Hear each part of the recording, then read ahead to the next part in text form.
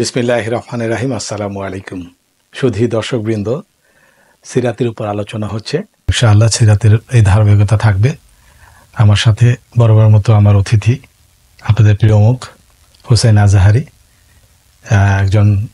একটি স্বনামধন্য প্রতিষ্ঠান থেকে, আজহার ইউনিভার্সিটি থেকে যিনি কমপ্লিট করেছেন এবং সিরাতের উপর একজন বিশেষজ্ঞ। তো পর্বগুলো আপনাদের ভালো লাগবে, ইনশাআল্লাহ দেখতে থাকুন। অনেক পথ পাড়ি দিয়ে আমরা এখন মদিনায় রসুলের হিজরত, বদরের যুদ্ধ, ওহুদের যুদ্ধ, বনি কাইনুকা, বনু নুজাইর, সর্বশেষ আমরা খন্দকের যুদ্ধে এসে দাঁড়িয়েছিলাম। গত পর্বে 16তম পর্বে আমরা খন্দকের যুদ্ধে মুসলমানদের পরিস্থিতি এবং 10,000 সেনা নিয়ে আবু সুফিয়ানের নেতৃত্বে তৎকালীন আরব বিশ্বের সব গোত্র, প্রায় 10টার উপরে বিভিন্ন গোত্র একত্রিত হয়ে তারা মদিনায় আক্রমণের প্ল্যান নিয়ে এগিয়ে এসেছিল। কিন্তু সালমান ফারসি রাদিয়াল্লাহু তাআলা আনহুর সেই পরিকল্পনার কাছে তারা আত্মসমর্পণ করতে বাধ্য হয়। সর্বশেষ 45 দিন, কোনো রাওয়ায়াতে এসেছে 41 দিন তারা মদিনায় অবস্থান করে শেষ পর্যন্ত পালাতে বাধ্য হয়। আমরা আগে আলোচনা করেছি, মহানবী সাল্লাল্লাহু আলাইহি সাল্লাম শেষ দিকে এসে একদিন রাতে বলছিলেন যে তোমাদের মধ্যে কি কেউ আছে যে আমাকে কুরাইশদের খবর নিয়ে এসে দিবে? মহানবী সাল্লাল্লাহু আলাইহি সাল্লাম 3 বার বলার পরে হুযায়ফা ইবনুল ইয়ামান রাদিয়াল্লাহু তাআলা আনহু দাঁড়িয়ে বলেন, ইয়া রাসূলুল্লাহ, আমি নিয়ে এসে দিব। তখন তিনি রাতের বেলায় চুপি চুপি করে কুরাইশদের খিমায় তাঁবুতে গিয়ে তাদের খবর নিয়ে এসে মহানবী সাল্লাল্লাহু আলাইহি সাল্লামকে দিলে যে তারা আলোচনা করছিল যে তারা আজকে রাতে, অর্থাৎ সে রাতেই তারা চলে যাবে। এবং সেটা হয়েছিল। পরবর্তীতে আমরা সেটা নিয়েও আলোচনা করেছিলাম এবং এটা নিয়েও আলোচনা করেছিলাম যে ইহুদিদের 3টা গোত্র, কায়নুকা এবং বনু নুজাইর, আগেই চলে গেছিল তাদের গাদ্দারির কারণে। সর্বশেষ যারা মারাত্মক গাদ্দারি করেছে মহানবী সাল্লাল্লাহু আলাইহি ওয়াসাল্লামের সাথে, বনু কুরাইজা, তারা গাদ্দারিরত অবস্থায় ছিল। এই অবস্থায় মক্কার কুরাইশরা এবং তাদের সাঙ্গপাঙ্গ বা তাদের সাথে যারা সহযোগিতা করতে এসেছিল সবাই পালিয়েছে। এই অবস্থায় মহানবী সাল্লাল্লাহু আলাইহি ওয়াসাল্লাম পরের দিন সাহাবীদের সাথে পরামর্শ করবেন। ঠিক সে সময় মহানবী সাল্লাল্লাহু আলাইহি ওয়াসাল্লাম গোসল করছিলেন। হঠাৎ এ সময় মহানবী সাল্লাল্লাহু আলাইহি ওয়াসাল্লামের দরজায় কড়া নাড়ছেন সাহাবী দিহয়াতুল কালবি। দিহয়াতুল কালবি এসে বললেন, আইনা রাসূলুল্লাহ সাল্লাল্লাহু আলাইহি ওয়াসাল্লাম। তো যিনি পাহারা ছিলেন বলছে, হুয়া ইস্তাহিব, অর্থাৎ নবী সাল্লাল্লাহু আলাইহি ওয়াসাল্লাম গোসল করছেন। বলছে, নাদিহি, তাকে ডাকো। তো বলছে নবী গোসল করছে বলেন। তারপরে পাহারারত সাহাবী বলছেন যে তিনি তো গোসল করছেন। দিহয়া কালবি বলছেন, নাদিহি। এবার 3 বার বলার পরে সাহাবী বুঝতে পারেন কোনো জরুরি ব্যাপার স্যাপার আছে বোধ হয়। তখন তিনি ডাকলেন, ইয়া রাসূলুল্লাহ, দিহয়া কালবি এসেছে। নবী সাল্লাল্লাহু আলাইহি ওয়াসাল্লাম কোনো বের হলেন। বেরোর পরে দেখলেন যে এটা তো জিবরিল। জিবরিল মূলত দিহয়া কালবির রূপে এসেছেন। আল্লাহ সুবহানাহু ওয়া তাআলা ফেরেশতাদেরকে শক্তি দিয়েছেন, তারা চাইলে যে কোনো মানুষের রূপ ধরে মানুষের সামনে আসতে পারে। এ ব্যাপারে বুখারীতেও বিভিন্ন রাওয়ায়াত এসেছে। বিশেষ করে ওই যে বড় হাদিস যে একজন সাদা পোশাকধারী নবীজির কাছে এসে বসলেন এবং বললেন, মাল ইসলাম, মাল ইহসান, মাল ইমান। তো এগুলা হাদিস স্পষ্ট এসেছে। তো যাই হোক, মহানবী সাল্লাল্লাহু আলাইহি ওয়াসাল্লামকে জিবরাইল বললেন, ইয়া রাসূলুল্লাহ, আপনারা কি যুদ্ধের পোশাক খুলে ফেলেছেন? নবীজি সাল্লাল্লাহু আলাইহি ওয়াসাল্লাম বলছেন যে হ্যাঁ, আমরা তো খুলে ফেলেছি। তখন বললেন, আমরা ফেরেশতারা এখনো খুলিনি। তো বললেন, কি ব্যাপার? তো বলছে, এখনই আল্লাহ সুবহানাহু ওয়া তাআলা বলেছে আপনাকে বনু কুরাইজা অ্যাটাক করতে। বনু কুরাইজা যে কত বড় গাদ্দারি করেছে এটা আসলে প্রশ্ন দাঁড়িয়ে যায়। মহানবী সাল্লাল্লাহু আলাইহি ওয়াসাল্লাম তখন সাহাবীদেরকে ঘোষণা করে দিলেন। তখন আসরের নামাজের সময় হয়ে গেছে, কিন্তু মহানবী বললেন, তোমরা কেউ এখানে আসর নামাজ পড়বে না, আসর নামাজ পড়বে বনু কুরাইজার ওখানে গিয়ে। সাহাবীরা যে অবস্থায় ছিল প্রস্তুতি নিয়ে চলে গেল। প্রতিমধ্যে কেউ নামাজ পড়ে নিল আসর, যেহেতু সময় চলে যাচ্ছিল। আবার অনেকে সেখানে গিয়ে মাগরিবের সাথেই পড়লো। মহানবী সাল্লাল্লাহু আলাইহি ওয়াসাল্লাম পরবর্তীতে যখন এই ব্যাপারটা শুনছে কাউকে কিছু বলেনি, অর্থাৎ দুইটাই বৈধ ছিল। যাই হোক, মহানবী সাল্লাল্লাহু আলাইহি ওয়াসাল্লাম যখন সেখানে পৌঁছানোর পরে মহানবী সাল্লাল্লাহু আলাইহি ওয়াসাল্লামের চোখ এবং মুখ রক্তে লাল। এবং সেখানে গিয়েই মহানবী সাল্লাল্লাহু আলাইহি ওয়াসাল্লাম তিনি তার জীবদ্দশায় কাউকে কিন্তু কখনো গালি দেননি, কিন্তু সেদিন তিনি গালি দিয়েছেন, ইয়া ইখওয়াতাল কিরাদাতা ওয়াল খানাজির, হে শুয়োর এবং বানরের ভাইরা বেরিয়ে আয়। ইহুদিরা তো নবীজির কণ্ঠ চিনত। তারা বলল, কি ব্যাপার, মোহাম্মদ তো এরকম করে না কখনো। তারা তাদের যে কেল্লা ছিল, কেল্লা থেকে বেরিয়ে এসে বলল, মোহাম্মদ আনতা হালিমুন ফিনা ওয়া কারীমুন ফিনা মা বিক, কই তুমি তো আমাদের প্রতি দয়াশীল, তুমি কত নরম মানুষ, তুমি এরকম করতেছো কেন? তখন নবীজি বলছেন, নরমের কাজ তো তোমরা করনি। যখন 10,000 মুশরিক মক্কা মদিনা আক্রমণ করতে এসেছে, ঠিক সে সময় তোমরা আমার সাথে চুক্তি ভঙ্গ করেছো, শুধু তাই না, আমাকে গালাগালি করেছো, আল্লাহকে গালাগালি করেছো, মদিনাবাসীকে গালাগালি করেছো, ইসলামকে গালাগালি করেছো। তোমাদের সাথে আমার আর কোনো কি নেই, হৃদ্যত আন্তরিকতা এবং কি ভালো ব্যবহারের কোনো সুযোগ নেই। তখন বলছে, ঠিক আছে, তাহলে তোমাদের মধ্যে থেকে একজনকে আমাদের সাথে পরামর্শ করতে দাও, আমাদের সাথে যাদের বন্ধুত্ব আছে। তখন বলছে যে কে আছে, বলে আবু লুবাবাকে দাও। মানুষ আবু লুবাবাকে বললেন, এ আবু লুবাবা তুমি যাও। আবু লুবাবা রাদিয়াল্লাহু তাআলা সেখানে যাওয়ার পরে বললো, আচ্ছা তোমার কি, ইহুদিরা তো চালাক, এটা তো শয়তানুর রাজিম। ইহুদিরা আবু লুবাবাকে বললো, আচ্ছা তোমার কি মনে হয় মোহাম্মদ আমাদের ব্যাপারে কি করতে পারে? আবু লুবাবা রাদিয়াল্লাহু তাআলা উনি আসলে ওই সময় বিষয়টা খেয়াল করে নাই। মহানবী যে ওদেরকে জবাই করতে চাচ্ছেন এই ব্যাপারটা উনি মুখ ফুসকে বলে ফেলছে, কয় নবীজি তোমাদের সবাইকে জবাই করবে। এখন তো ওরা করিয়া পড়ে গেছে। যাই হোক, তখন ওরা আবু লুবাবাকে বলছে, তুমি তাহলে চলে যাও। উনি চলে গেছে। এখন উনি আসার পরে উনি বুঝতে পেরেছেন যে আমার নবীজির এই গোপন তথ্যটা তাদেরকে দেওয়া ভুলে গেছে। তখন তিনি এসে নিজেকে মসজিদের খামার সাথে রশির সাথে এসে বেঁধে ফেলেছে এবং তার স্ত্রীকে বলছে, আমি যতদিন নবী আমার এই গিরা খুলবে না আমি এখান থেকে শুনবো, আমি ভুল করে বলছি, এটাই আমার শাস্তি। যাক, পরবর্তীতে 1 সপ্তাহ পরে আল্লাহ সুবহানাহু ওয়া তাআলা ওহী নাযিল করে তার ক্ষমা, যেহেতু উনি নিজেই স্বীকার করেছেন, আল্লাহ সুবহানাহু ওয়া তাআলা তার গুনাহ মাফ করে দিয়েছেন এবং তাকে ক্ষমা করে দিয়েছেন। ইহুদিরা এখন চিন্তায় পড়ে গেছে কি করা যাবে। তখন কাব ইবনে আশরাফ, এ আর এক বড় শত্রু ইসলামের, ইহুদিদের নেতা, সে তখন বলল, দেখো আর কোনো পথ নেই। বনু কায়নুকার সাথে, বনু নাজিরের সাথে কি হয়েছে তোমরা সবাই জানো, পথ এখন একটাই। কি পথ? আমরা সবাই মুসলমান হয়ে যাই। তোমরা তো জানো, সবাই জানো যে মোহাম্মদ সত্য নবী, কুরআন সত্য, তাওরাত ইনজিল এগুলো এসেছে, অতএব মেনে নি। ইহুদিরা তো শুয়োরের বাচ্চা বলা যায় এদেরকে, বা ওই যে নবী যে বলেছেন শুয়োর এবং বানরের ভাইরা, কথাটা ঠিকই আছে, এর থেকেও খারাপ না। পরে বললো, সবাই বললো যে কখন হতে পারে আমরা ইসলাম গ্রহণ করবো না। তখন বললো, তাহলে আরেকটা কাজ করা হোক। কি?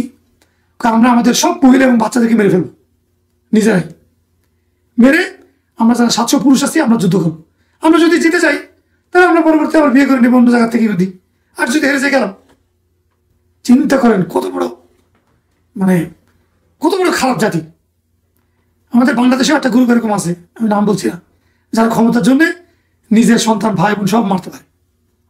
ইহুদিদের ভিতরে এই চরিত্রটা আছে। আর লোকগত আলা শতরঞ্জ, এই বইটা আরবিতে যারা পারেন পড়ে নিয়ে দেখবেন খেলা কারা বলে ইহুদিদের। যাই হোক, এটা সবাই বলছে, তুমি কি পাগল, কি কথা বললো তুমি, কেন আমরা নারী আমাদের শিশুদেরকে মারবো, তাদের কি অপরাধ? বলছে এটা হবে না, অন্য প্রস্তাব থাকলে বল। তো বললো, তাহলে শনিবারে আমরা মোহাম্মদকে অ্যাটাক করবো। কারণ মোহাম্মদ এবং তার গ্রুপ জানে ইহুদিরা শনিবারে যুদ্ধ করে না, কারণ শনিবারে আমার ভাইরা, আমাদের আগের লোকেরা যুদ্ধ করে ওই যে শুয়োর হয়ে গেছে, ওই যে বান্দর হয়ে গেছে, তো আমরা ওই দিন অ্যাটাক করবো। তাহলে কি আমরা ওদেরকে, মোহাম্মদ এবং তার বাহিনীকে পরাস্ত করতে পারবো। এটাও তারা নারাজ, বললো যে না, এটাও সম্ভব না, কারণ শনিবারে যুদ্ধ করলে আল্লাহ তাআলা আমাদের এক গ্রুপকে বান্দর বানাই দিছে, আমাদের কিছু দিয়ে শাস্তি দেয়, অতএব এটা হবে না।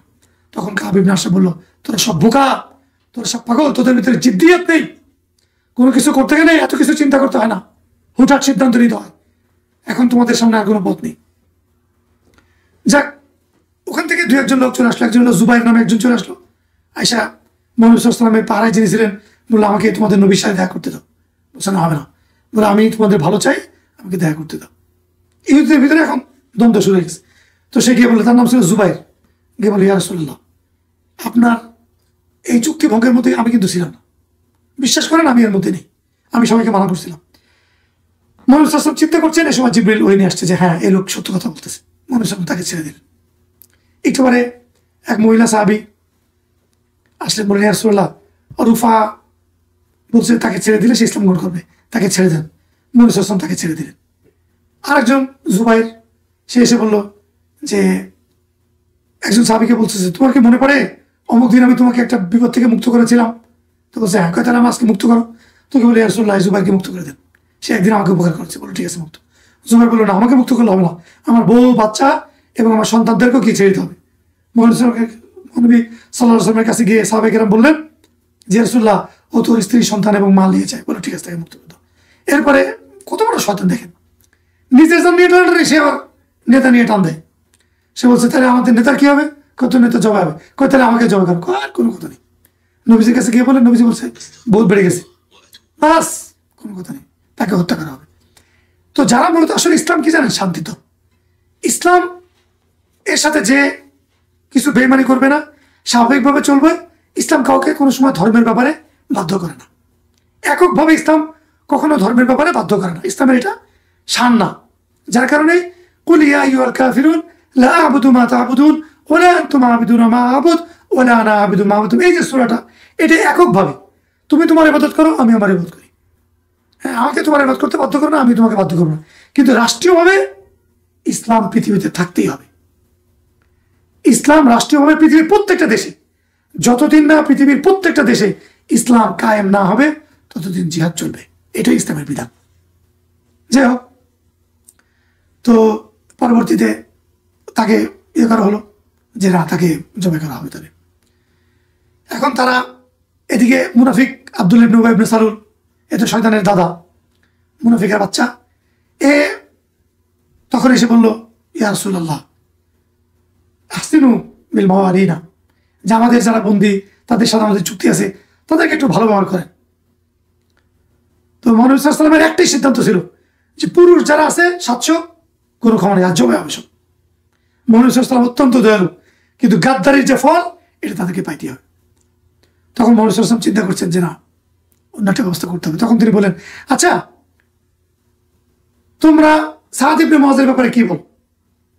তখন যারা আওস এবং খাজরাজ ছিল সবাই বললো, হাযা সাইয়্যিদুনা নাহনু রাদিনা বিহি, সে তো আমাদের নেতা, তার ব্যাপারে আমাদের কোনো আপত্তি নেই, সে যা বলবে আমরা বিচার মানতে রাজি। ইহুদিদেরকে জিজ্ঞাসা করা হলো, তো বলছে হ্যাঁ, ইহুদিরা বললো যে আমরা সাদ ইবনে মুআযের কথা মানতে রাজি। তাদের বন্ধু ছিল আগে। সাদ ইবনে মুআয দিল তখন মৃত্যুর মুখে, আঘাত পেয়েছেন বাম হাতে, যন্ত্রণায় কাঁপতাছে, হাঁটার মতো তার অবস্থা নেই। রুফায়দা আসলামী রাদিয়াল্লাহু তাআলা আনহু আনসারী সাহাবী মহিলা, তিনি তখন শুশ্রূষা করছেন। তো তাকে কাঠে করে পালকির মতো করে নিয়ে আসা হলো। আনার পরে বলছে, সাদ বর্তমানে এই অবস্থা, তোমাকে বিচারের দায়িত্ব দিলাম। তখন তিনি বললেন, আজকে আমি দেখিয়ে দিব বিচার কাকে বলে। আজকে আল্লাহর জন্য আমি কাউকে কোনো পরোয়া করবো না, মা খাফু মিন লাওমাতি লাইম। পরে তিনি আওসকে বুঝলেন, তোমরা কি আমার সিদ্ধান্ত মানো? তারা উত্তর দিল, মানি। খাজরাজ, তোমরা কি আমার সিদ্ধান্ত মানো? মানি। এই কাব ইবনে আশরাফ, তোমরা কি আমার সিদ্ধান্ত মানো? সবাই এক কথা। লাস্টের দিন রাসূল করিম সাল্লাল্লাহু আলাইহি ওয়াসাল্লাম, ইয়া রাসূলুল্লাহ আপনি কি আমার সিদ্ধান্ত মানবেন? বলল, হ্যাঁ তোমার সিদ্ধান্ত মানি। কি যুগান্তকারী সিদ্ধান্ত দিয়েছিল সেদিন, মুসলমান হলে এরকম হতে হবে। তিনি বললেন, এখন থেকে ইহুদিদের সব বাচ্চা এবং নারী তারা গোলাম রূপে পতিত হবে, সব বান্দি এবং দাসী হবে, এবং ইহুদি 700 পুরুষকে জবাই করা হবে, জবাই করে হত্যা করা হবে। মুহাম্মদ সাল্লাল্লাহু আলাইহি ওয়াসাল্লাম খুশিতে আল্লাহু আকবার, আল্লাহু আকবার কয়েকবার আল্লাহু আকবার দিয়ে বললেন যে 7 আসমানের উপরে আল্লাহ তোমার বিচারে খুশি হয়ে গেছে। সাদ রাদিয়াল্লাহু তাআলা আনহু, একটা ঘটনা আছে মাঝখানে, উনি যখন আঘাত পায় তখন তিনি দোয়া করেছেন, আল্লাহ কুরাইশদের পরে আমার খুব রাগ, তারা নবীকে কষ্ট দিয়েছে, কুরাইশদের সাথে যদি মদিনাতে যুদ্ধ, আল্লাহ ওই যুদ্ধের আগে আমাকে তুমি মেরো না। আরো একটা আরজি, বনু কুরাইশার বিচার হওয়ার আগে আমাকে তুমি দুনিয়া থেকে নিও না। আল্লাহ সুবহানাহু ওয়া তাআলা তার এই দোয়া কবুল করেছিলেন। সিদ্ধান্ত হয়ে গেছে, পুরো মদিনা স্তব্ধ, পিন পতন, নিরাপত্তা। যে সাদ ইবনে মুআয কি করলো? পরবর্তীতে সাদ ইবনে মুআয এর এই সিদ্ধান্ত বাস্তবায়ন হলো। ইতিপূর্বে যখন তারা যুদ্ধের জন্য প্রস্তুতি নিচ্ছিল, তখন মুহাম্মদ সাল্লাল্লাহু আলাইহি ওয়াসাল্লাম বলছিলেন, আলী, জুবাইর কি করা যায়? তখন বলছি, ইয়া রাসূলুল্লাহ আমি একাই যথেষ্ট এই 700 জন্য। এবং আলী রাদিয়াল্লাহু তাআলা আনহু, এটা একটু আগের ঘটনা, আমি পরে বলছি। আলী রাদিয়াল্লাহু তাআলা আনহু তখন সাহস করে বলছে যে রাসূলুল্লাহ আমাদেরকে ছেড়ে দেন। পরে আলী রাদিয়াল্লাহু তাআলা আনহু, জুবাইর রাদিয়াল্লাহু তাআলা আনহু এবং কয়েকজন গিয়ে তাদের সেই কেল্লার গেট, যেটা অনেকে খুলতে পারছিল না, আলী নিজে একা গিয়ে টান দিলে সবাইকে নিয়ে খুলে গেল। আলী রাদিয়াল্লাহু তাআলা সাহাবীদেরকে নিয়ে 700 ইহুদিদেরকে পিছনে এভাবে হাতে বেঁধে ফেললেন, 700 জনকে। পরবর্তীতে যখন সাদ ইবনে মুআযের এই সিদ্ধান্ত হয়ে যায় সবাইকে হত্যা করাবে, তখন মহানবী সাল্লাল্লাহু আলাইহি ওয়াসাল্লাম সাহাবীদেরকে বললেন, যাও ওদের নারীদেরকে মদিনায় নিয়ে যাও, যেটা এখন থেকে তারা দাসী। ইহুদির সব নারী এবং শিশু। আর কারণ তারা মুসলমানদের সাথে চরম বেইমানি করেছে, গাদ্দারি করেছে, গাদ্দারির ফল। আর পুরুষদেরকে 10 জনকে নিয়ে আসো। তাদের যেহেতু হাত বাঁধা সবার কারণ নড়ার ক্ষমতা নেই, মুসলমানরা প্রথমে 10 জনকে নিয়ে আসলো। নিয়ে আসার পর অনেক দূরে নিয়ে গিয়ে 10 জনকে জবাই দিয়ে দিল। একটু পরে আবার 10 জন। এরা বুঝতে পারতেছে না এদেরকে কোথায় নিয়ে যাচ্ছে, তার কারণ যেখানে নিয়ে জবাই করাচ্ছে এটা এদের কেল্লা থেকে অনেক দূর, এদের বোঝার কোনো ক্ষমতা নেই। কিছুক্ষণ পরে ওরা নিজেরা আলোচনা করতেছে, আচ্ছা এদেরকে কোথায় নিয়ে যাওয়া হচ্ছে। কাব ইবনে আশরাফ খুব চালু ছিল, ইহুদিদের সর্দার, বলছে, আরে বলো তোমরা কি বুঝো না 10 জন করে নিয়ে যাচ্ছে, কেউ ফিরে আসছে না, সবাইকে জবাই করা হচ্ছে। যাই হোক, এভাবে একে একে 700 জনকে হত্যা করা হয়। এটা ছিল মুসলিম ইতিহাসের সবচেয়ে বড়, মানে যারা গাদ্দারি করবে তাদের ফল নবীর চোখের সামনে। আমার নবী যদি এরকম দয়ালু, ঠিক তেমনি ভাবে ইসলামের সাথে যারা গাদ্দারি করবে, ইসলামের সাথে যারা বেইমানি করবে, ইসলামের কে যারা গালিগালাজ করবে, নবীকে যারা গালি দিবে, হ্যাঁ, হাদিস আছে মান সাব্বা নাবিয়ান ফাকতুলুহু, যে নবীকে গালি দিবে তার শাস্তি পৃথিবীর একটাই, তাকে হত্যা করতে হবে।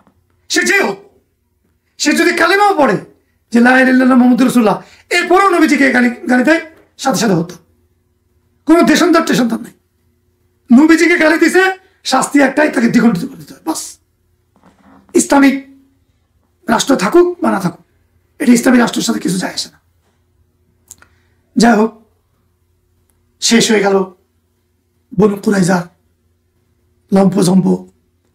মহানবী সাল্লাল্লাহু আলাইহি ওয়াসাল্লাম তাদের সব সম্পত্তি সাহাবীদের মাঝে বন্টন করে দিলেন এবং এই 700 পুরুষের যে নারী এবং শিশু ছিল তাদেরকে বিভিন্ন সাহাবীদের মাঝে ভাগ করে দিলেন। মহানবী সাল্লাল্লাহু আলাইহি ওয়াসাল্লামের ভাগে এক যে দাসী পড়েছিল তার নাম ছিল রায়হানা কুরাইজিয়া। এই রায়হানা নবীজির কাছে আসার পরে মহানবী সাল্লাল্লাহু আলাইহি ওয়াসাল্লাম তাকে ইসলামের দাওয়াত দিয়েছিলেন, কোনো ভবিষ্য কবুল করতেছিলেন না। নবীজি খুব রাগ করলেন, তাকে ঘৃণা করতেন। এক পর্যায়ে গিয়ে নবীজির আদর্শ দেখে, সাহাবায়ে কেরামের আদর্শ দেখে পরবর্তীতে তিনি ইসলাম গ্রহণ করেছিলেন রায়হানা রাদিয়াল্লাহু তাআলা আনহা। তো কেউ কেউ বলে নবীজি তাকে বিয়ে করেছিলেন, কেউ কেউ বলছে যে না, নবীজি সে মৃত্যু পর্যন্ত দাসী ছিলেন। যাই হোক, তিনি ইসলাম গ্রহণ করেছিলেন। এখানেই বনু কুরাইজার ঘটনার সমাপ্তি ঘটে। মহানবী সাল্লাল্লাহু আলাইহি ওয়াসাল্লাম ওখান থেকে আসার পরে, তিনি এখন মদিনা আসার পরে চিন্তা করতেছেন যে যারা কুরাইশদের সাথে মিশে মদিনা অ্যাটাক করতে এসেছিল, এখন তাদের শিক্ষা দেওয়ার সময় এসেছে, তাদেরকে ছেড়ে দেওয়া যাবে না। তার কারণ এতদিন মুসলমানরা আত্মরক্ষামূলক প্রতিরোধ করেছিল মদিনায়। বারবার কাফের অর্থাৎ মক্কার মুশরিক এসেছে, বনি গাতফান আক্রমণ করতে চেয়েছে, তারপর অনেকে আক্রমণ করতে চেয়েছে। যখনই উহুদে হেরে গেছে, অনেকেই সুযোগ নিয়েছিল যে এখন মদিনাবাসী হেরে গেছে তাদের কাছে, কারণ তখন আরবদের এটা স্বভাবই ছিল, কোনো ব্যবসা নাই, কিছু নাই, এই যে ওই গোত্রের মাল দখল করে খাও, এই গোত্রের মাল দখল করে খাও, এটাই তাদের স্বভাব নেচার। তো মহানবী সাল্লাল্লাহু আলাইহি ওয়াসাল্লাম তখন চিন্তা করলেন যে না, তার যেহেতু বেশি স্পর্ধা দেখিয়েছে, কুরাইশদের সাথে খন্দকের যুদ্ধে যোগ দিয়ে যেহেতু স্পর্ধা দেখিয়েছে, তাদেরকে শিক্ষা এখন দেওয়ার উপায়। এখন থেকে আর মদিনায় কোনো মানে আত্মরক্ষা হবে না, এখন থেকে হবে প্রতিরোধ অর্থাৎ আক্রমণ। মহানবী সাল্লাল্লাহু আলাইহি ওয়াসাল্লাম সর্বপ্রথম মুহাম্মদ ইবনে মাসলামা রাদিয়াল্লাহু তাআলা আনহুকে, মুহাম্মদ ইবনে মাসলামা রাদিয়াল্লাহুকে নেতা বানিয়ে একটি 30 জনের একটি দল তৈরি করে তিনি একটি গোত্রের কাছে পাঠালেন। এটা অনেক দূরের। সেখানে যাওয়ার পরে তাদের কাছে যাওয়ার পূর্বেই তারা ভয় পেয়ে গেছে এবং সেখান থেকে তারা পালিয়ে গেছে, অর্থাৎ এরা যুদ্ধ হয়নি। তো তারা পালিয়ে যাওয়ার পরে মুসলমানরা তাদের সম্পত্তি যা ছিল, উট, গরু, ছাগল এবং আরো যা সম্পত্তি ছিল, মুসলমানরা সব গনিমত হিসেবে ওখান থেকে নিয়ে চলে এসেছে। ওখান থেকে চলে আসার পরে আসার সময় একজন লোক, সে মক্কায় যাচ্ছিল উমরা করতে, তার নাম ছিল সুমামা। তিনি আসলে বনু হানিফা গোত্রের নেতা ছিলেন। তো তাকে তারা চিনত না, তাকে অ্যারেস্ট করে নিয়ে এসে নবী সাল্লাল্লাহু আলাইহি ওয়াসাল্লামের কাছে বলে, ইয়া রাসূলুল্লাহ, আমরা একজনকে গ্রেফতার করে নিয়ে এসেছি, আর তাদেরকে পাইনি, যে গোত্রের কাছে গিয়েছিলাম তো তাদেরকে না পেয়ে তাদের সবকিছু নিয়ে চলে আসছি এবং একে ধরে নিয়ে আসছি।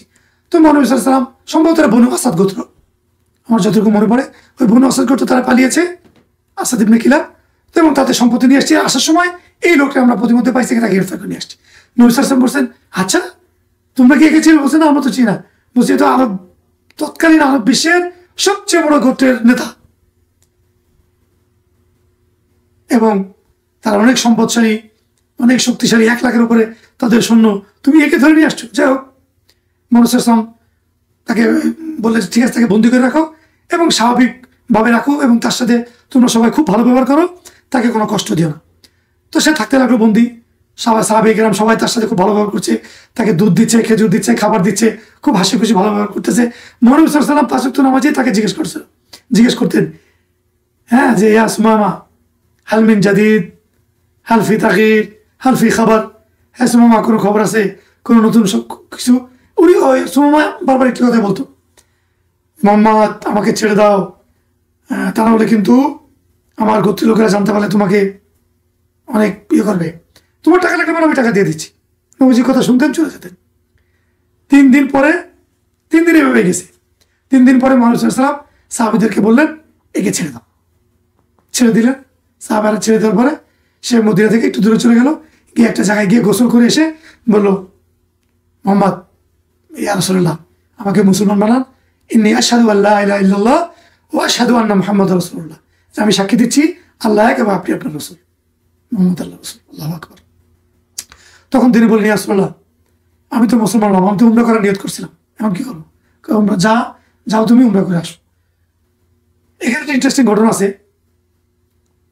সুমামা উমরা চলে গেল। উমরা যাওয়ার পরে আরবের বড় একটা গোত্রের লিডার, সবাই তাকে চিনত।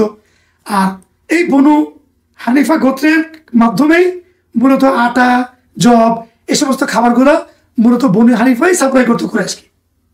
যাই হোক, তো তিনি যখন ওখানে পৌঁছলেন সুমামা, তখন তো তিনি মুসলমান, ইসলাম গ্রহণ করেছেন, কিন্তু কাফের মুশরিকরা তো জানে না। তো তারা তাকে খুব সম্ভাষণ, অভিনন্দন জানিয়ে তাকে তারা উমরা করার সময়, লাব্বাইক আল্লাহুম্মা লাব্বাইক, লাব্বাইক লা শারীকা লাক লাব্বাইক, ইন্নাল হামদা ওয়ান নি'মাতা লাকা ওয়াল মুলক লা শারীকা লাক, এটা তো মুসলমানদের তালবিয়া। তো ওরা ওর সাথে আরেকটা জোর করে, ইল্লা মিথলাক ওয়া লাক, এরকম একটা কি ওদের একটা বেশি ছিল। তো উনি তো আর বলতেছে না। তখন ওরা বুঝে গেল, কয় আসবাত আনতা ইয়া সুমামা, তুমি কি তোমার ধর্ম ত্যাগ করেছো? বলছে, বাল আসলাম, আমি ইসলাম গ্রহণ করেছি। তখন কুরাইশ করলো কি, এরা গ্রেফতার করলো। গ্রেফতার করার পরে বাস আটকে রাখলো। উনি তখন গোপনে একটা চিঠি লিখে তার গোত্রের কাছে পাঠিয়ে দিল, বনু হানিফা, যে মক্কার জন্য সব খাবার বন্ধ করে দাও। বাস, নেতার কথা, চিঠি পাওয়া মাত্রই সব খাবার বন্ধ। মক্কায় তো এখন দুর্ভিক্ষ দেখা দিল, কি করা? পরে তারা এই আবু সুফিয়ানের নেতৃত্বে একটা গ্রুপ মহানবীর কাছে এসে বলছে, মোহাম্মদ, তোমরা একটু বনু হানিফাকে বলো যে আমাদের যেন খাবারের ইয়ে করে দেয়। তো মহানবী সাল্লাল্লাহু আলাইহি ওয়াসাল্লাম দয়ালু মানুষ, তিনি তখন ওই যে সুমামাকে বললেন, সুমামা যাও, তোমার দলকে বলে দাও তারা যেন মক্কাবাসীর জন্য খাবার ছেড়ে দেয়।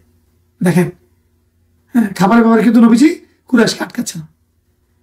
যাই হোক, পরবর্তীতে তো বলে, ইয়া রাসূলুল্লাহ, এখন আমার কি কাজ? তো বলে, তুমি এখন তোমার গোত্রের কাছে ফিরে যাও, গিয়ে তাদেরকে ইসলামের দাওয়াত দাও। এরপরে মহানবী সাল্লাল্লাহু আলাইহি ওয়াসাল্লাম পরবর্তীতে কদিন পরে আরেকজন, অর্থাৎ দিয়ার, ওখানে মহানবী সাল্লাল্লাহু আলাইহি ওয়াসাল্লাম আরেকটা গোত্রের কাছে এরকম 40 জনকে, ওকাশা, এই উজদিয়ু, এই ওখানে মহানবী সাল্লাল্লাহু আলাইহি ওয়াসাল্লাম 40 জনকে সাথে দিয়ে ওকাশা দেবতাদেরকে পাঠালেন যে তুমি ওই গোত্রের ওখানে গিয়ে অ্যাটাক করো। তারাও সাথে দিয়েছিল। পরবর্তীতে তারাও অনেক দূরে, মানে ঘর বাড়ি ছেড়ে তারা দূরে দূরে থাকতো। তাদের একটা সন্দেহ ছিল যে আমরা যেহেতু খন্দকের যুদ্ধে মুশরিকদের সাথে ছিল মোহাম্মদ এটা করতে পারে, এই জন্য তারা ঘর বাড়ি ছেড়ে পড়ে থাকতো এবং তাদের উট গরু ছাগল যা ছিল পাহাড়ের ওপারে দূর দেশে তারা চড়াতো। সাহাবায়ে কেরাম যখন তাদের ওখানে কাউরে পায়নি, ফিরে আসতেছিল, প্রতিমধ্যে একজনকে গ্রেফতার করে এবং তাকে বলে যে তুই যদি আমাদেরকে বলে দিস এরা কোথায় আছে তাহলে তোকে ছেড়ে দিব, তাহলে আমরা তোকে মার দিব। পরে মার দেওয়া শুরু করছে। পরে বলছে দেখো আমি জানি, কিন্তু তুমি আমাকে ছেড়ে দিবো, তো বলছে তোমাকে ছেড়ে দিব। পরে অনেক দূরে নিয়ে যাচ্ছিল, সাহাবায়ে কেরাম বসে এমন আমাদেরকে ধরা দিতে নিয়ে যাচ্ছে। বলছে না না না, আমি তোমরা একটু চেক করো। পরে সাহাবায়ে কেরাম একজন গোয়েন্দা পাঠিয়ে দেখলো হ্যাঁ পাহাড়ের পিছন সাইডে হাজার হাজার গরু ছাগল উট চড়াচ্ছে। তো পরে সাহাবায়ে কেরাম সেখানে গিয়ে তাদের কাছ থেকে সে উটগুলো এবং গরু ছাগল যা ছিল সব গনিমতের মাল নিয়ে আসলো। সেখান থেকে আসার পরে গজওয়াত বনি লাহিয়ান, এই বনি লাহিয়ান কিন্তু তারা খন্দকে আসেনি, কিন্তু তাদের অপরাধ খন্দকের যুদ্ধের আগে মুহাম্মদ সাল্লাল্লাহু আলাইহি ওয়াসাল্লাম 40 জনকে হাফেজ এবং আলেমকে পাঠিয়েছিলেন দাওয়াত দেওয়ার জন্য। তো তখন তারা এই বনি লাহিয়ানে গোত্র যে ছিল আমর ইবনে দিনারের ভাই তুফাইল, এই তুফাইলদের কাছে এরা 20 জনকে হত্যা করে আর 20 জনকে মক্কায় পাঠিয়ে দেয়। এই জন্য মুহাম্মদ সাল্লাল্লাহু আলাইহি ওয়াসাল্লাম এটা ভুলে নাই, তার সাথীদেরকে করা হয়েছিল, হত্যা করা হয়েছিল, এই জন্য এদের শাস্তি। যাই হোক, তারা মুহাম্মদ সাল্লাল্লাহু আলাইহি ওয়াসাল্লাম 200 অশ্বারোহী সহ সেখানে পাঠিয়েছিল। তো তারা সেখানে যাওয়ার সাথে সাথে খবর পেয়ে তারা সেখান থেকে পালিয়ে যায়। মুহাম্মদ সাল্লাল্লাহু আলাইহি ওয়াসাল্লাম নিজেই সেখানে ছিলেন এই নেতৃত্বে, যার কারণে নাম ছিল গুজওয়া। গুজওয়া বলা হয় যেটাকে নবী সাল্লাল্লাহু আলাইহি ওয়াসাল্লাম থাকেন। তো নবীজি কাউকে পায়নি, পরে 2 দিন অবস্থান করে সেখান থেকে চলে আসে। এরপর ছিল ওয়াদি আসফান। ওয়াদি আসফান মুহাম্মদ সাল্লাল্লাহু আলাইহি ওয়াসাল্লাম 10 জন ঘোড়া নিয়ে ওই সেখানে আবু বকর রাদিয়াল্লাহু তাআলা আনহু 10 জন ঘোড়া নিয়ে ওয়াদি আসফান ওখানে গেছিল, তারাও পরে পালিয়েছে, কিছু পায়নি। পরবর্তীতে তিনি এই 10 জনকে মক্কায় হেরেমের মধ্যে গিয়ে ঘুরে চলে এসেছে, এই খবর পুরো আরবে ছড়াই গেছে এবং বিশেষ করে মক্কায়, যে মুহাম্মদ মক্কায় এসে মানে টহল দিয়ে গেছে। কুরাইশদের অবস্থা তো খারাপ এবং মুহাম্মদ সাল্লাল্লাহু আলাইহি ওয়াসাল্লাম আগে বলেছিল লা ইয়াগজুনা কুরাইশুন বা'দাল ইয়াওম, আজকের পরে কুরাইশ কোনদিন আর আক্রমণ করতে আসবে না। সাহাবারাও জানতেন, অনেকেই কথা জানতেন। এরপরে মুহাম্মদ সাল্লাল্লাহু আলাইহি ওয়াসাল্লাম একে একে যারা এসেছিল খন্দকের যুদ্ধে সবাইকে শিক্ষা দিচ্ছেন, চরম শিক্ষা। এরপরে মুহাম্মদ সাল্লাল্লাহু আলাইহি ওয়াসাল্লাম গতফানের চিন্তা করছিলেন যে কি করা যায়, কারণ তারা শক্তিশালী, তাদেরও অনেক সেনা আছে। ইতিমধ্যে মুহাম্মদ সাল্লাল্লাহু আলাইহি ওয়াসাল্লাম যখন লেহিয়ান থেকে ফিরছিল, তখন গতফানের যে নেতা ছিল ওয়াইনার ছেলে ফুজারের মাধ্যমে একটা গ্রুপ মদিনা একটা এলাকা ছিল মিনতাকাত গাবা, যেটা এখন এই জাবালে ওহদের পিছন সাইড একটা এলাকা আছে গাবা। এই গবায় মদিনার কিছু মানুষ ওখানে তাদের পশু চড়াচ্ছিল। এই ফুজারা এসে একজন রাখালকে, এবং তিনি মালিক ছিলেন, তাকে মেরে, তার বাচ্চাকে মেরে তার গৃহিণীকে নিয়ে যায় এবং কিছু উঠো নিয়ে যায়। মুহাম্মদ সাল্লাল্লাহু আলাইহি ওয়াসাল্লামের এই খবর প্রথমে সালামাত ইবনুল আকওয়া জানতে পারে। পরে উনি চিল্লে ওঠে ইয়া সাবাহা ইয়া সাবাহা, এই কথা বলার পর নবী সাল্লাল্লাহু আলাইহি ওয়াসাল্লাম শুনতে পারে। নবী সাল্লাল্লাহু আলাইহি ওয়াসাল্লাম প্রথমে বলে তুমি আগে গিয়ে তাদেরকে ধরো। তো সালাম ইবনে আকওয়া রাদিয়াল্লাহু তাআলা উনি অনেক বড় দৌড়বিদ ছিলেন, উনি এমনভাবে দৌড়তেন, অনেক ইতিহাসবিদ বলছেন উনি ঘোড়ার আগেই চলে যেতেন। যাই হোক, খুব ভালো ধরতে পারতেন। নবীজি তাকে বলেন তুমি আগে গিয়ে ওদেরকে ঠেকাও। উনি গেলেন। পরবর্তীতে নবীজি যায়েদ ইবনে হারিসা রাদিয়াল্লাহু তাআলার নেতৃত্বে 200 অশ্বারোহীকে পাঠালেন যে তুমি গিয়ে ওদের সাথে যোগ দাও, আর পিছনে নবীজি বড় বাহিনী নিয়ে এদের পিছনে যোগ দিলেন। যাই হোক, পরবর্তীতে সালাম ইবনে আকওয়া ওদেরকে গিয়ে ধরে ফেললেন। এরাও তীর মারে, ওরাও তীর মারে। এই তীর মারামারি এক পর্যায়ে সালাম ইবনে আকওয়ার সাথে কয়েকজন সাহাবী ছিলেন, সেখানে কাতাদা রাদিয়াল্লাহু তাআলা আনহু একজনকে হত্যা করলেন। হত্যা করে তার মাথার মধ্যে উনার ক্যাপ লাগিয়ে দিলেন। পরবর্তীতে সাহাবারা যখন এসে মনে করছে কাতাদা মারা গেছে, নবীজি বলেন যে না, কাতাদা মারা নয়, বরং হাজা কাতিলু কাতাদা। পরে দেখছে যে কাতাদা তাকে হত্যা করেছে। যাই হোক, পরে নবী সাল্লাল্লাহু আলাইহি ওয়াসাল্লাম যখন কাছাকাছি গেছে, দেখছে পরিস্থিতি অনুকূলে নাই, পরে তিনি চলে আসছেন। মুহাম্মদ সাল্লাল্লাহু আলাইহি ওয়াসাল্লাম ওই যে যে আটক ছিলেন তাকে উদ্ধার করতে পারে নাই। রাত্রিবেলা যখন রাত্রি হয়ে গেছে, সাহাবীরা তো চলে আসছেন, তখন ওই নারী একটা সুযোগ পেয়ে গেছে বের হওয়ার। তো তখন তিনি বের হয়ে একা একা আসছেন, দেখে মহানবী সাল্লাল্লাহু আলাইহি ওয়াসাল্লামের উট ওই লোকের ঘরের মধ্যে, অর্থাৎ ওই ওয়াইনাদের ইয়েতে। তো পরে তিনিও বেরোচ্ছেন, কিছুক্ষণ পর দেখেছে উটও চলে আসতেছে। আসার পরে তখন ওই মহিলা মান্নত করছে যে আল্লাহ, আমি যদি বুঝতে পারি আমি উটটা আল্লাহতে দিয়ে দেবো। অবশ্য উটটা তার না। যাই পরবর্তীতে তিনি নিরাপদে মদিনা এসেছেন এবং মুহাম্মদ সাল্লাল্লাহু আলাইহি ওয়াসাল্লামকে বলেছেন, ইয়া রাসূলুল্লাহ, আমি তো এরকম মান্নত করেছি যে আমি যদি বুঝতে পারি তাহলে উটটা আমি মদিনা এই আল্লাহ রাস্তা সবাই দিত। ওটাকে তোমার? নবীজি বললেন, বললো না।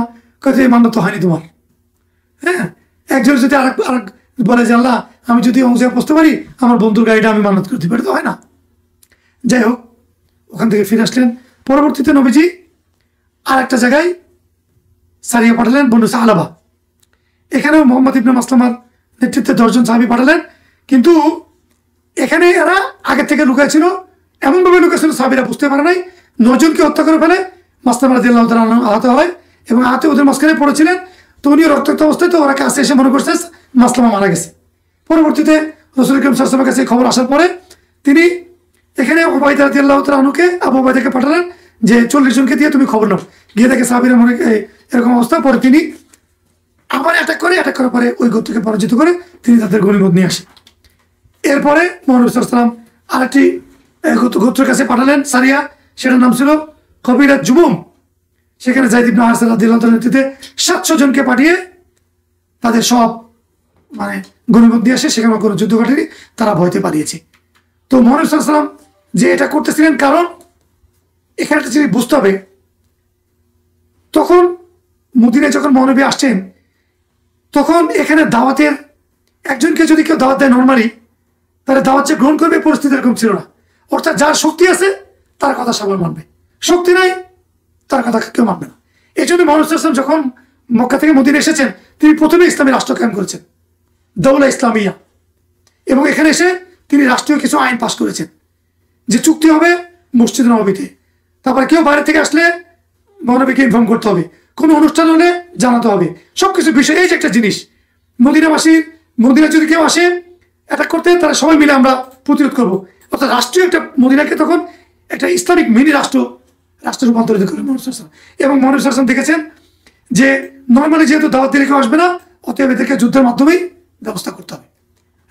যার কারণেই একের পরে এক মুহাম্মদ সাল্লাল্লাহু আলাইহি ওয়াসাল্লাম জীবনে যদি কেউ পড়েন, আপনারা দেখবেন যে মুহাম্মদ সাল্লাল্লাহু আলাইহি ওয়াসাল্লাম গড়ে প্রতি 1.5 থেকে 2 মাস একটা করে যুদ্ধ করেছেন, সারিয়া হোক অথবা গাজু হোক। সারিয়া অর্থাৎ মহানবী সাহাবীদের নেতৃত্বে যাকে পাঠিয়েছেন, আর গজওয়া তিনি নিজে গেছেন। আমরা আমাদের সিরাতের শেষে প্রত্যেকটা গাজু এবং সারিয়া হিজরি সনসহ এবং এসব আমরা লিস্ট দিয়ে দেবো ইনশাআল্লাহ আপনাদের বোঝার জন্য। এর পরবর্তীতে আসতেছে গাজওয়াত বনিল মুস্তালিক, অর্থাৎ মুস্তালিকের যুদ্ধ, যেটা মুহাম্মদ সাল্লাল্লাহু আলাইহি ওয়াসাল্লামের নেতৃত্বে হয়েছিল। আমরা পরবর্তী পর্বে 18তম পর্বে ইনশাআল্লাহ আমাদের আলোচনা হবে। আজকে এই পর্যন্তই। আসসালামু আলাইকুম ওয়া রাহমাতুল্লাহি ওয়া বারাকাতুহু।